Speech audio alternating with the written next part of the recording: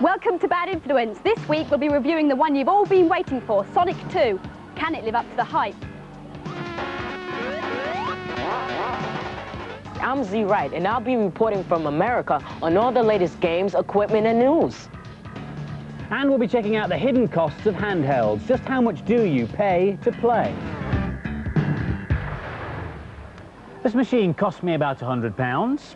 The cartridge to play on it's £25, and the batteries to run them both about another £4. Now, I expect to get years of pleasure out of both the machine and the cartridge. But what about the batteries? How long will they last? Well, this morning we started the Bad Influence battery test. We're using a Supervision, a Game Boy, a Lynx and a Game Gear for the test. We use brand new standard batteries because they're cheaper. The Supervision and the Game Boy take 4, the Game Gear and the Lynx take 6. Find some willing victims, you first. All right. We set them all going at exactly 9:30 this morning and told the crew to play them until the batteries packed up. The results, we'll have those later in the programme. After all the hype, Sonic 2 is being released worldwide next Tuesday, or Sonic Tuesday. This is a copy of the first ever rough sketch of Sonic given to me by Mr. Kanari, his creator, when I was in Japan recently. 750,000 copies of the Game Gear, Master System and Mega Drive versions are being shipped to Britain this week. So, to tell us what all the fuss is about, here's James on the Mega Drive version. This game's great. It's everything I expected from Sonic. So many platform games are so predictable, but this one's brilliant. It's definitely the best game out on the Mega Drive. At first, Tails really bugged me. You tried to shake him off, but once you get used to him, he's great. He's an ally and not an enemy. It's amazingly clever how they've done this to create a second character which follows you around. This is a great bit. The animation that's gone into this is fantastic. This level's great. Just look at the background. It's called the Casino Night. I think it's set in Las Vegas. It's a brilliant idea for a game. It's like it's trapped in a giant fruit machine. I did get to the last level on my first go, but I'd still buy it. It's just a brilliant game. There's so many different things to see and find. It's brilliant. It's even better than Sonic 1. I like the two-player game because you can play with your friends instead of them just sitting there watching you. This isn't my favourite sort of game, but it's very well programmed and there's some great ideas in here. Tails gets on my nerves a bit, but I'll still definitely buy the game. And so the final scores for Sonic 2. The boys gave it 5 out of 5 and the girls were equally impressed. 5 out of 5 from them too. It lives up to the hype. Steady there, Spiky. Ah, hello there, slimy furtless. I'll finish my Sonic by numbers kit later. My first Triassic cheat today is for Pinball Fantasies on the Amiga. First, load the table that you want, and then, to get extra balls, type in extra balls. Extra balls. You now get 5 balls instead of 3. Then, to keep the balls in play, even when you've been totally incompetent with the flippers, don't type in balls in play, because that would be stupid. Instead, type in digital illusions. Obvious or what? Right then, Spiky, hold still. If I say virtual reality to you, I bet this is the image that springs to mind. And full immersion VR can be a lot of fun, and we'll be looking at the latest games as the series goes on. But there is another kind of VR which doesn't involve a bulky headset. This is a desktop VR system. This flat screen is a window in on a virtual world. This world was designed for the police. It's a recreation of a road traffic accident, and you can see the green car crashing into the red car, but you can replay that as often as you like, looking at it from different angles. And there it's about to crash.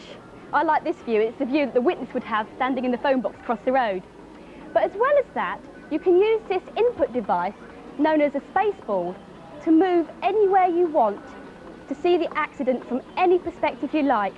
You can move it up and down and forwards and backwards, all by just exerting pressure and pushing and pulling.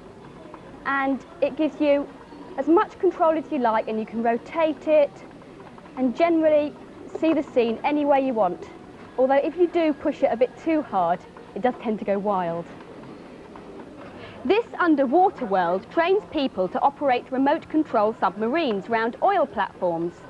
And there are lots of other applications for desktop VR. For some tasks, it's far more suitable than the immersion system. The pictures are better, and of course you don't need to wear a helmet. Andy's been to meet a group of children in Nottingham who have a special need for this system. There we are, madam. Lunch is served. They say one of the most frustrating things about being disabled is that people have to do things for you. You don't have control over your own world, and it's a problem that Ruth and all my mates here have to face every day. This is the Shepherd School in Nottingham. Many of the children who come here are physically disabled, and all of them have learning difficulties. For every pupil here, this world is a constant challenge. So imagine a world where you could explore things properly despite your disabilities. A world where you could go wherever you liked, as fast as you liked, with complete freedom. Welcome to that world. This is a virtual reality system which has been specially developed for the children here at Shepherd School. Wow. It offers a chance to move about in a way that many of these children have never experienced before. The tiniest movement on the space ball allows you to travel through the virtual world. I'll take us round the corner. Brilliant. Right, down here, avoiding these parked cars. Vroom, vroom. For me, the most important benefit is that children with most disabilities can actually be helped. Children with a hearing disability can learn about signs. Children with a visual disability can actually zoom in and look at things more clearly. And children with a physical disability can have the power to actually move around. This package also helps the children learn a sign language called Makaton. It's a basic sign and symbol language which teaches people with learning difficulties how to communicate. At the moment, there are only 8 Makaton symbols in the system, including ball, telephone, and car. Yeah, I know, and car. Yeah. She's very proud of me when I get it right, which isn't very often. Come on, round this corner. Four. Can you do the hands? The system was developed by research scientists at Nottingham University, led by David Brown. We develop something, we test it on the kids, we go back, we redevelop.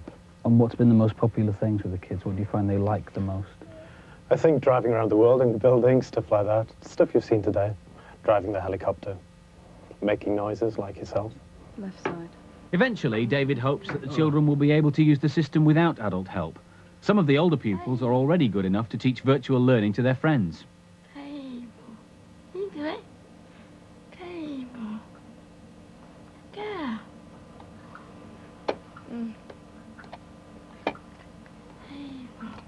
How do you help people with it? Tell me what you do. Sign. Some people can't talk properly. I help them with sign.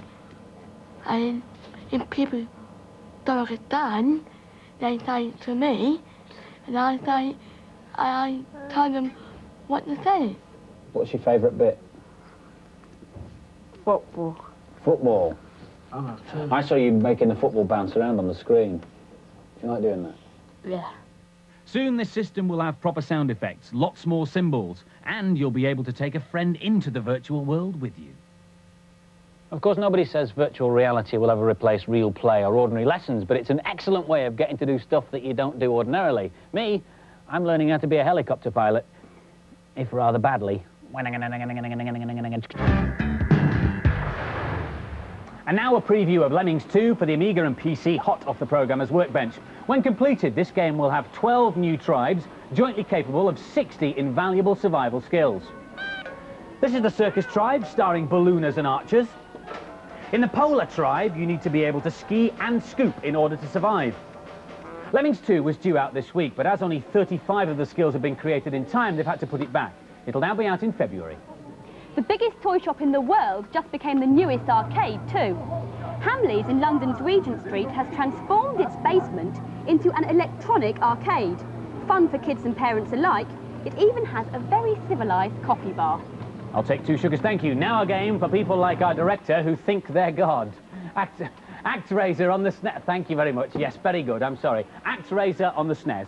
Due out in February, and you're a god. Well, almost. You get to save 6 lands from evil enslavement using magic, mythology, and a bit of brute force. Knock out the bad guys and start a repopulation program. It's all in a day's work for a super being. The long-awaited sequel to R-Type will be available for the Game Boy in January, and it's even more fiendish than the original.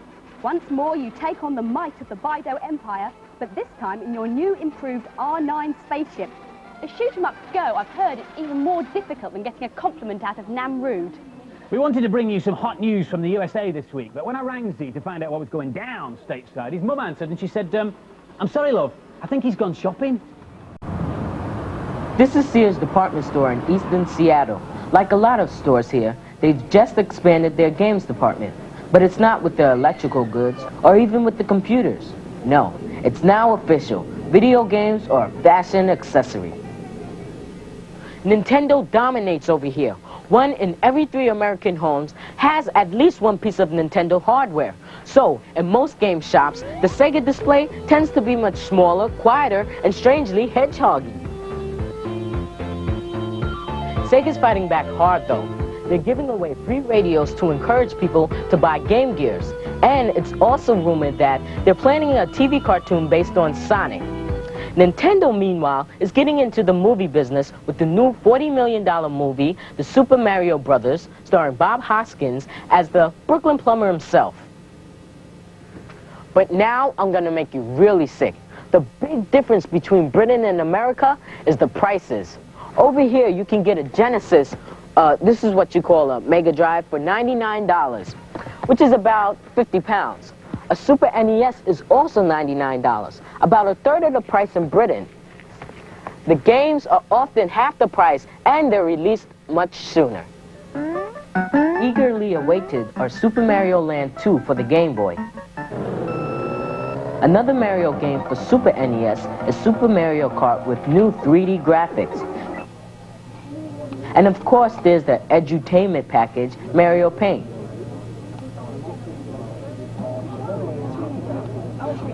For the Sega Genesis system right now, the big hot games, we've got a couple of new releases. Kid Chameleon is a new hot game. Ferrari is a new game also. And of course, Sonic the Hedgehog continues to be their, #1 seller. Finally, a word of warning. If you're lucky enough to come to America for a vacation and fancy stocking up on cheap games, be careful. Most Sega games will work on British kit, but the only Nintendo ones that will are Game Boy games. Oh yeah, by the way, don't buy this. It was Nintendo's attempt to attract more girls to buy games. Barbie, brilliant. Not. Aha!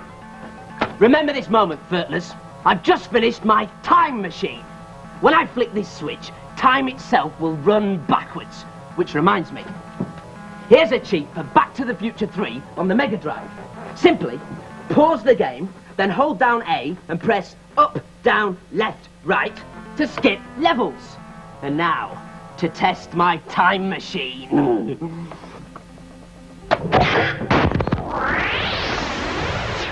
Machine time my test 2 now and. Levels, skip 2. Left, right, down, up, press then A, down, hold, then game the pause. Mega Drive, the on 3 future, the 2 back, cheat, here's. Rude Nam Riddance Good. Now for the results of our battery tests.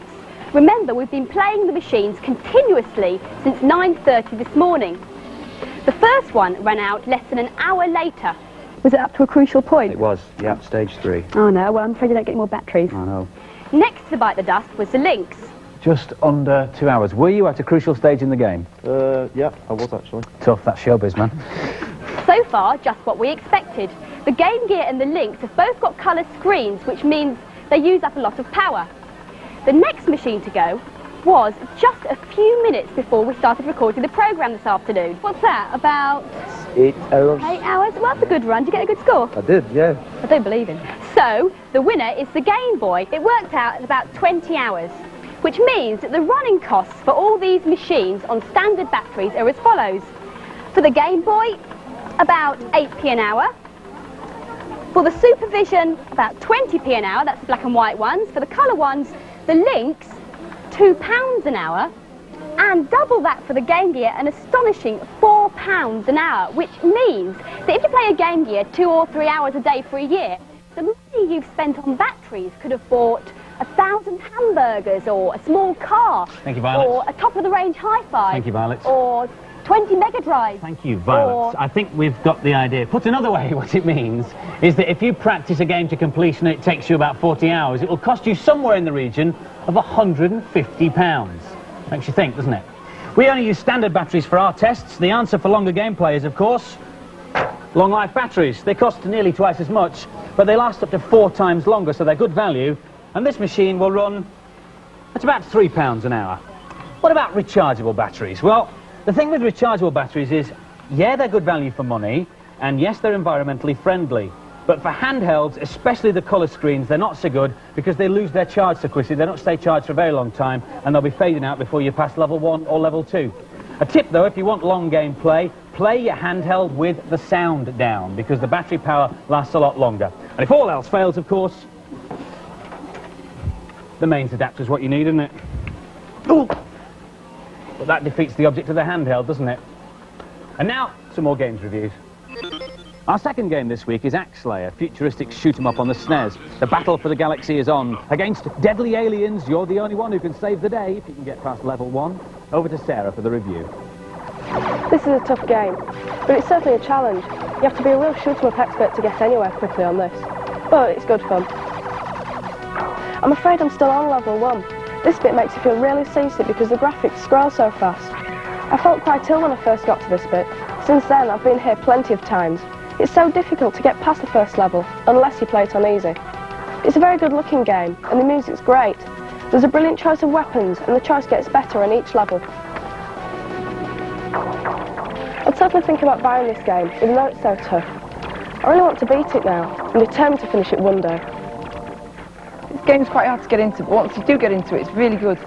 Graphics here are great, and the enemies keep changing. I particularly like the second level, but it's just a bit hard at the beginning. This is just shooting things. I like collecting things, so I like the power-ups. I wouldn't want to play this game for too long because you get bored of it, but I love the graphics. And the scores for Axlay, the boys gave it 4 out of 5, but the girls just an average score, 3 out of 5. The Curse of Enchantia is released this week for Amiga and PC. The hero, Brad, is shackled in a dungeon and has to escape through a labyrinth of rooms and caves. Here's Giles. This is a great game. I could get stuck in it for days. I'm calling the guard, so he'll give me a key when he trips over the steps. I'll use this key to free myself from the manacles which I'm chained to. Here I have to jump the Ice Queen's bullets, otherwise I'll turn into a block of ice which will send me right back to the left of the screen. There's all these icons you can pick up, look at, or attack things or jump them. I'll definitely buy this game. It's as good as Monkey Island. It might not be everyone's cup of tea, but I think it's excellent value for money. This is a really frustrating game. At first it looks good, but you have to be a real lateral thinker to get anywhere. I gave this game 3 out of 5. That's because it's not my kind of game. But if you like these kind of games, you'll love this one. And the scores for the Curse of Enchantia, the boys gave it 3 out of 5, an average score, and the girls also gave it 3 out of 5. More games review details in the data blast. To access that, you know what to do. Set your video to record now. Last week we asked you to name the cowboy character made famous by Robert Redford. The answer was the Sundance Kid, and the first correct winner out of the hat was Gemma Gray from Newcastle in Staffordshire. We'll be sending this Game Gear with TV tuner to you.